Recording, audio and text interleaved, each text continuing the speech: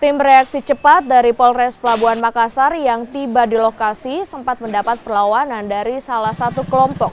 Tawuran yang diperkirakan berlangsung selama 11 jam ini akhirnya dapat dibubarkan polisi. Tawuran antar kelompok warga di Jalan Cambaya dan Jalan Sabutung Makassar ini diduga dendam lama. Polisi yang melakukan penyisiran menemukan sejumlah anak panah bahkan bom molotov. Selain mengganggu aktivitas warga, sejumlah rumah warga juga rusak terkena lemparan batu. Mungkin mereka beranggapan bahwasanya tidak ada personil yang standby di kantor lurah.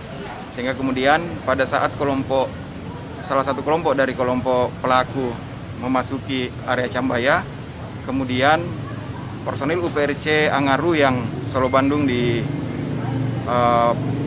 poskonya di kantor lurah kemudian keluar dan melakukan penyekatan, sehingga para pelaku perang kelompok yang sudah ada di dalam Cambaya tidak bisa keluar. Karena kalau dia mengarah ke sana, maka terhalang dengan lawannya, sehingga dia kembali dan menyerahkan diri kepada anggota yang sementara melakukan penyisiran.